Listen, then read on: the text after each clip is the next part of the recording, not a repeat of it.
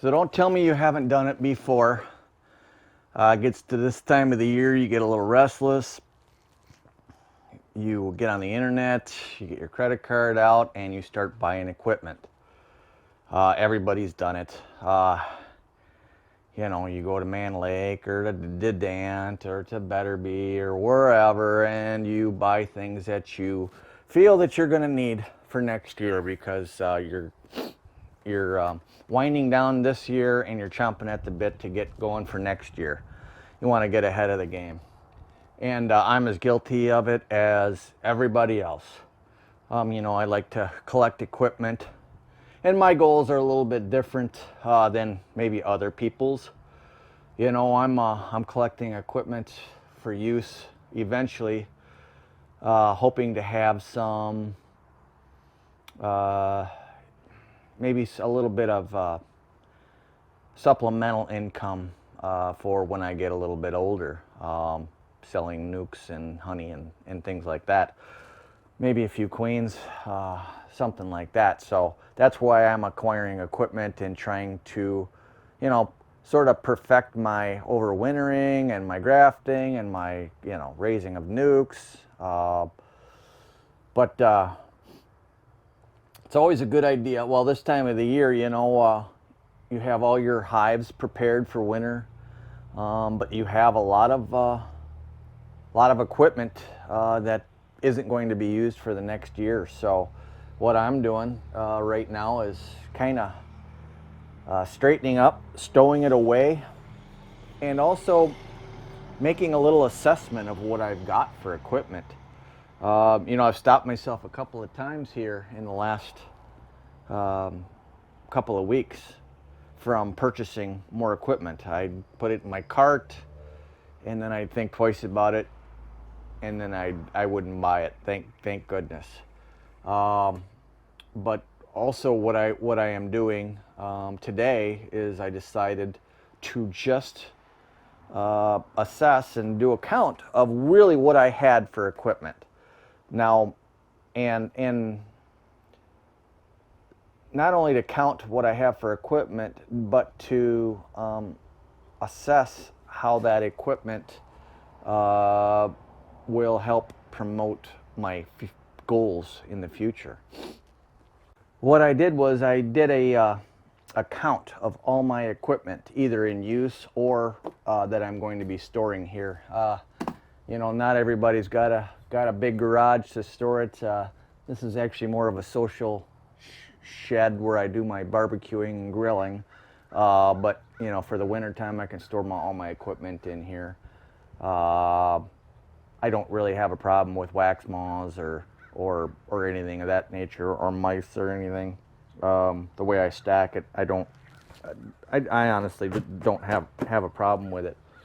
But you gotta store your equipment where the best place that you can store it, I guess. My honey supers I store in my garage or in my basement, and I leave them full of honey, full of extracted honey, just so it's easier for the bees. Will be more apt to go through the queen excluders, go to the honey supers right away, by leaving a little bit of honey, residual honey in there. But getting back to it, I did an assessment of,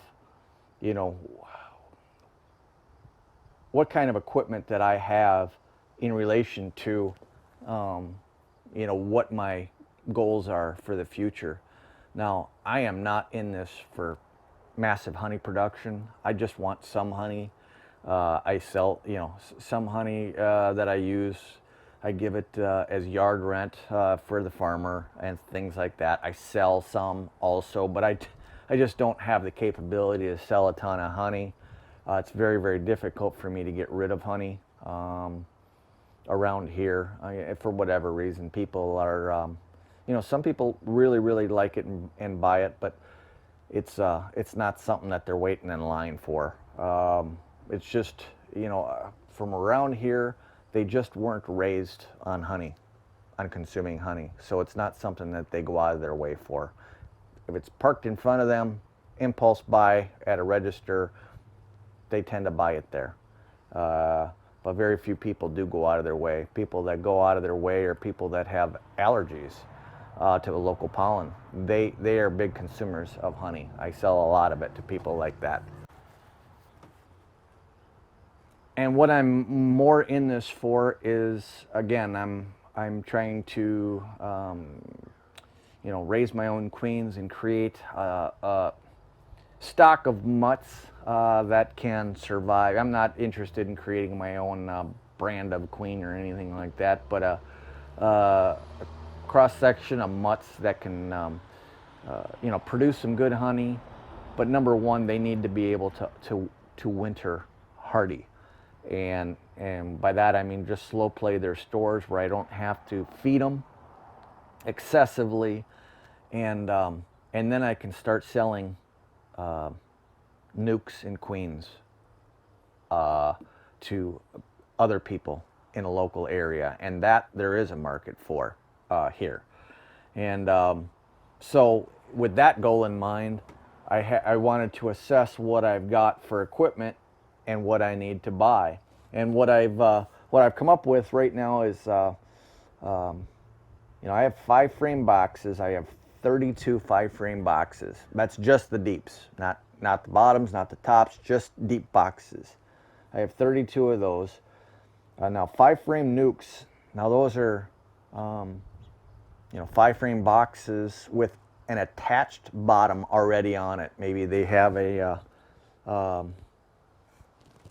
wheel on it with just a hole or whatever, but the bottoms are attached, has a lid, everything. I have 9 of those. 4-frame boxes. Those are these boxes here. Okay. Now this is a double 4-frame nuke box, but these are the supers, or the deep boxes that go on top. These can be used standalone type.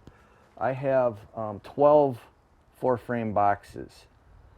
Now I have double 4-frame nukes. I have 4 double 4-frame nukes, and this is 1, 2, 3, and 4. So that's 8 nukes for that, but I count them as 4 pieces. So that's good. Now 10-frame boxes, I use those for my honey production hives, obviously.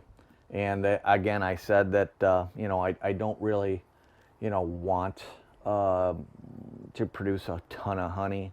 The extracting and everything is so time consuming. I'd just rather deal with the bees, to be honest with you. But surprisingly, I have gone out and purchased a lot more boxes than I really thought that I did. I have 30 10-frame boxes, like this one right here, with bottoms and tops. With bottoms and tops. And the reason I bought that many, I figured 15, and I put doubles on in the springtime so that the queen can create a larger nest, and then I can take the double off, the second brood box off, and I will split that and put those into nucleus colonies and give them queens. So I like having the extra boxes for that. That's great, but still 15 production colonies is probably way more than I will ever need. Honestly, I need like maybe 5 production colonies. The rest I would want to split into nukes, but if I have to, I will sell full-size boxes if that comes down to it. But what I'm getting at is I don't need to go and buy any more boxes. With those boxes, it's funny because I've got 10 boxes that are still, I have not even taken them out of the packaging yet, and they're full of foundation, frames and foundation. So I have like 100 frames of undrawn foundation that I can use for literally anything. I can use it for my nukes. I can use it for, to get it drawn out in my nucleus colony. So that's good, and I don't have to purchase any of that. Plus, I have about 50 frames of foundationless frames that I use to create drone comb that I string up with fishing line. 1 per box is all you need. I think I bought too many of those, but I can always buy just plastic foundation and insert it in those frames. And then what else? Oh, 10 frame supers. I have 28 of those. And that's a good number. I don't need any more of those. I have the majority of my super frames have been drawn out. I probably have a quarter of them haven't been drawn out, but I keep rotating new foundation in so that they do draw it out and fill it full of honey for the next year. So I have plenty of super frames, and by supers I mean mediums. And then 2 frame nukes. These are my mating nukes. I have 21 of those. And I think for now, for what I'm doing and for, my time, I have plenty of those. So I'm assessing what I got, and I have plenty of frames, plenty of foundation, and I have plenty of nuke boxes. And I had this in my cart. I had 20 more boxes in purchase mode that I was going to go and buy, and then that's why I wanted to do this assessment. And then I realized I've got 32 5-framers boxes, and each one of those can be its own nucleus colony. But what I am short of is bottoms and top boards. So rather than buying more nukes, I am going for tops and bottoms this winter. That's what I'm going to be shooting for, buying those and then painting them up. The biggest dilemma is I have bought nuke boxes from different sources, whether they be Man Lake, Kelly B, Humble Abode, or Cross Apiaries. Every single manufacturer makes a 10 frame box about the same. It's 19 7/8 by 16 1/4. For some reason, 5 frame boxes come in 3 different sizes from what I've seen: 9 1/8, 9 3/8, and 9 5/8. Now Man Lake is the biggest one. They have 9 5/8, and I am stuck because nobody else makes 9 5/8. So I am stuck buying more bottoms and tops from Man Lake because, when you put those boxes on 9 1/8 and you got overhang, and you don't want overhang on your nuke boxes. You want everything to fit fairly close so that you can, stack things together, put hives together, and they fit close together. So I'm going to have to do some creative work to my ordering. Shipping is the big cost. You at Man Lake, you get over $100 and it's free shipping, but they're also more expensive. So they secretly kind of put that shipping cost right in there, the cost of their equipment. Kelly Bees has stopped selling nucleus boxes, at least the wooden ones. They do have some tops and some bottoms for sale, but not a ton. And I think they're getting out of it because they got bought out by Man Lake. And then I asked Humble Abodes what their size is 9 1/8. And I only have a few of those. Now, I bought a bunch last year from Cross Apiaries, and it was they were decent. They were 9 1/8, and I had them wax dipped, and you saw that video, and they've done extremely well. I'm very happy with them. But I bought 20 boxes and 10 bottoms and 10 tops, because how I overwinter double 5-frame nukes is in doubles. So I didn't need tops and bottoms. But if I want to create a bunch of nucleus colonies to sell, I'm going to need tops and bottoms for the other ones. So I have to order, 10 more tops, 10 more bottoms. That's probably $200-300 just for 10 tops and 10 bottoms for those. And then I have to buy from Man Lake. That's probably another $200 for that. So You know, it's a really good idea to go through and assess your equipment and then compare it to what your goals are for the future. I know now that I don't need to buy any nukes, which is an expense that I didn't need to, to have this year, and I'm glad I don't have to have it. I've accumulated enough for my current goals in the near future. Maybe as things progress, maybe I'll need more. Maybe I won't, but I'd like to sell a few nukes and maybe get some income before I start buying more equipment. So that's it in a nutshell. Just wanted to kind of share that with you. This is what I'm doing with my weekends here. Just cleaning things up, assessing my equipment, and getting ready to store it for the winter time. Yeah, snow's still going to get into this open shed here, but the majority of the moisture probably will stay away. So good place to store it. Until next time, take care, happy beekeeping, and remember, all beekeeping is local.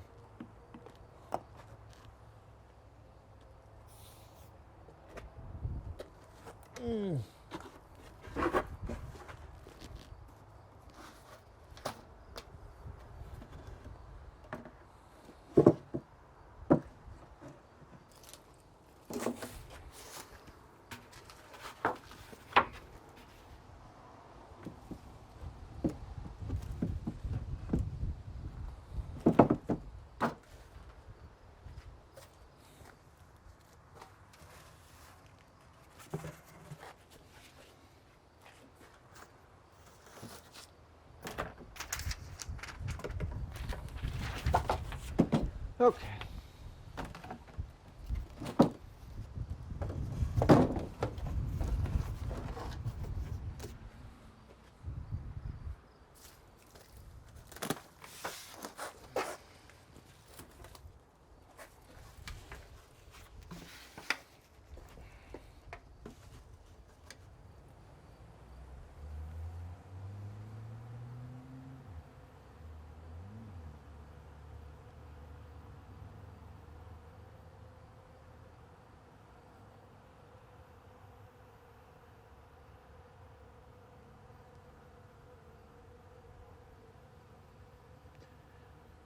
The bees are going after the ultra bee. I've had this out here for probably 4 or 5 days now, and this is I had 2 or 3 bees at most, but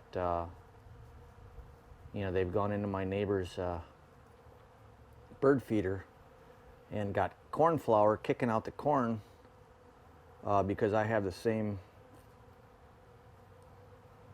feeders that he does. I just don't have corn in my mix, and they are not in mine. So they're going after the corn flour in that one. But surprisingly, there were more of them in this feeder than they were in here. But today, they're going after the ultra bee with kind of some type of reckless abandon here. Looks like, nothing like a feeding frenzy, but they are, indeed picking it up.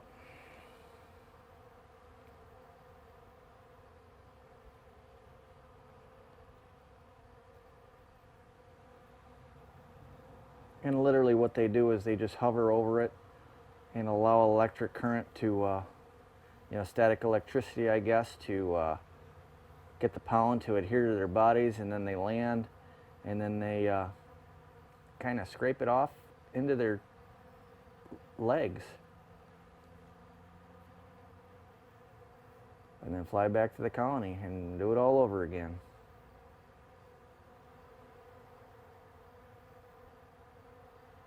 But